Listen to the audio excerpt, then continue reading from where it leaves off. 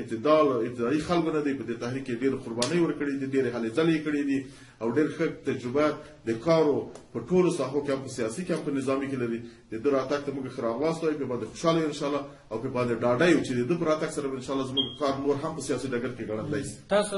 د خپل ټیم په اړه باندې ډېر ډاډه یاست د هغوی په صلاحیت باندې او خصوصا کله چې نابرده خوند راشي نو ستاسو صلاحیت دغه به زیات شي خو انشاءالله خو مقابل جهت آیا تاسو د خلیلزاد په صلاحیتونو باندې ډاډه یاست؟ خلیلزاد هم تر کومه چې موږ مطالعه کړی تر پخواني ټیمونو چې موږ سره مذاکرې کولې لکه ولسان او نور تر هغو نه د ده صلاحیت یو څه زیات دی او اوس د امریکا اداره هم د فیرنی حکومت زه فکر کوم چې دې موضوع ته دوی ډېر جدي دي چې له افغانستان خپلې قواوې وباسي نو انشاءالله زه په دې مطمئنه یم چې دوی به هم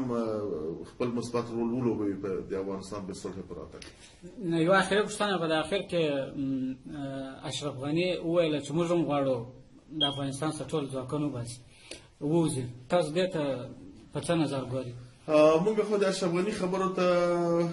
ځکه چې اشرف غني خو کومې خبرې چې کوي دی مستقل نه دی البته خلیلزاد تاسو ویلي چې له دې جنوب لاړ اشرف غني سره خبرې وکړې بعد هغه اشرف غني د خپل دغه بیانیه ورکړه دا زه اوس هم نه پوهېږم چې د اشرف غني خپلې خبرې دی که د امریکا له خوا ورته ډیکټیټ شوي دي خو په هر صورت اشرف غني که وایي چې زه خارجي خوا له افغانستان وځم د دې صلاحیت هم نه لري د دې قدرت هم نه لري د دې واک هم نه لري او که دی وایي چې زه د